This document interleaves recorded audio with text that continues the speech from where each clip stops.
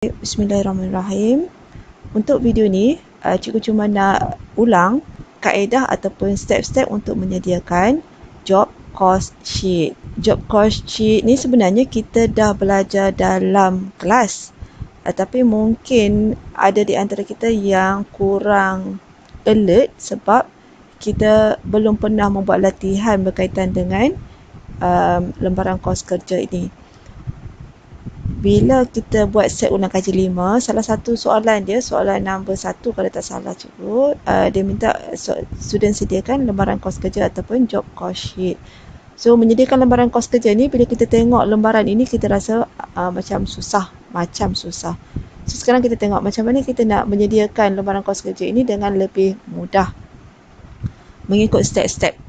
Okey, step yang pertama, kita sediakan sehelai kertas jawapan, helaian. Helaian ni sebenarnya half page pun dah cukup, insyaAllah cukup. Step yang pertama, kita bahagikan kita punya lembaran tersebut kepada 3 bahagian utama. Di mana bahagian atas adalah bahagian detail berkaitan dengan order. Termasuk tajuk nama company. So, detail kepada order ni termasuklah apa-apa saja bila customer datang order barang. So, nama customer, apa-apa saja berkaitan dengan order kita akan masukkan di bahagian atas bahagian yang pertama. Kemudian, bahagian yang kedua kita khususkan untuk cost. Detail berkaitan dengan product cost. Mungkin direct material cost, direct labor cost, apply overhead. Semuanya kita akan detailkan dalam kosan yang kedua ni. Dan part yang ketiga adalah summary. Summary ni yang biasanya kita buat dalam kebanyakan soalan. Kalau soalan tak minta, lembaran kos kerja. Okey, kita tengok contoh revision set 5 tu. Kamu boleh tengok soalan dan cikgu cuma tunjukkan jawapan saja. Bermula dengan part yang pertama. Kita letakkan tajuk Paya Bunga Sinar Berhad. Bukan pada soalan lah. Kemudian tajuk juga job cost sheet. Kemudian job number ni sama ada kamu nak tulis kat sini ataupun kamu nak tulis di mana-mana kawasan dalam part 1 ni, dalam bahagian atas ni pun boleh. Kemudian kita masukkan apa sahaja maklumat yang diberi dalam soalan berkaitan dengan order. Contoh dia, mungkin soalan bagi nama customer name. So, masukkan dalam tu. Kalau soalan tak bagi, tak perlu tulis. Okey, mungkin soalan bagi unit order, berapa unit yang customer tersebut order. Soalan bagi tarikh order. Mungkin kalau soalan tak bagi, tak perlu reka. So, kalau soalan bagi 2 sahaja maklumat, so 2 sahaja maklumat berkaitan dengan order akan ditulis sebahagian. Kalau soalan bagi 4, 4. Tidak ada format susunan, tak ada. Kemudian date completed, semua ni kalau soalan bagi, kamu tulislah. Kamu nak tulis date tu dekat sebelah sini, kiri ke, sebelah kanan ke, ikut suka. Okey. Yang penting atas ni berkaitan dengan order daripada customer. Bermula dengan nama company dan juga job number. Job number ni nak tulis dekat bawah ni pun boleh. Okey, kemudian part yang kedua. Part yang kedua ni daripada 3 bahagian. 1, 2, 3.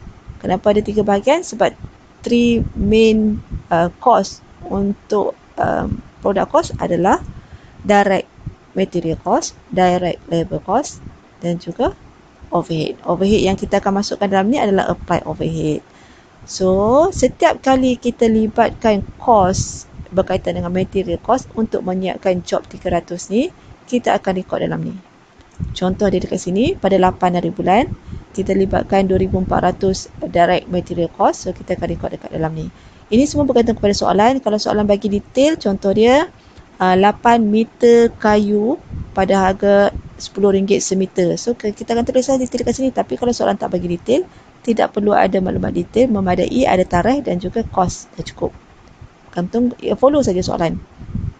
Yang penting, detail berkaitan dengan direct material cost ni, kita salin balik saja di kawasan ini. Kemudian, maklumat berkaitan dengan direct labor cost. 1 sehingga 15 hari bulan, kita telah melibatkan 360 jam buruh bekerja, di mana 1 jam kita bayar dia RM3.50. Direct labor cost yang dilibatkan antara 1 hingga 15 hari bulan adalah RM1,260. So, maklumat-maklumat selagi ada buruh yang bekerja untuk menyiapkan kerja 300, kita akan record dalam ni. Sampailah produk ini siap. Okey, bila produk ni dah siap, semua dah siap, baru kita akan record apply overhead. Sebab apply overhead ni akan bergantung kepada actual figure.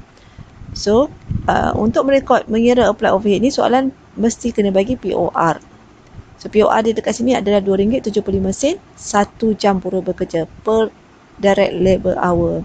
So, kalaulah buruh telah bekerja selama 680 jam, so apply overhead yang dijangkakan untuk menyiapkan kerja 300 ni adalah 1870. Date ni adalah date pada tarikh yang dah siap lah, pada tarikh akhir. Okey, ini pun tidak ada satu standard format. Yang penting kita bahagikan 3. Kemudian kalau soalan tarikh pun tak bagi, detail pun tak bagi, kau masukkan detail cost sahajalah maksudnya. Bergantung pada soalan. Kemudian kita akan totalkan lah. Total direct material cost untuk menyiapkan kerja job 300 ni. Kerja job. Untuk menyiapkan kerja number 300 ni, 4,400. Direct labor cost dan juga apply overhead. Ketiga-tiga cost ni kita akan summary-kan di bahagian yang ketiga. Ini yang selalu kita buat dalam kebanyakan soalan, kita buat part ni sahaja. Tapi untuk kalau soalan minta job cost sheet, kamu kena buat daripada awal, detail customer ataupun detail order.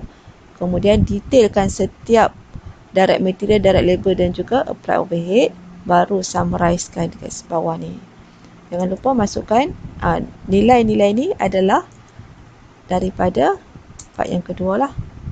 Okay, and last sekali, jangan lupa prepared by, approved by. Kalau takut-takut kalau ini ada markah. Okay, itu sahaja tips untuk menyediakan job cost sheet dengan lebih mudah. Bahagikan paper kepada 3 bahagian. Lepas tu masukkan mengikut step-step yang cikgu tunjukkan tadi.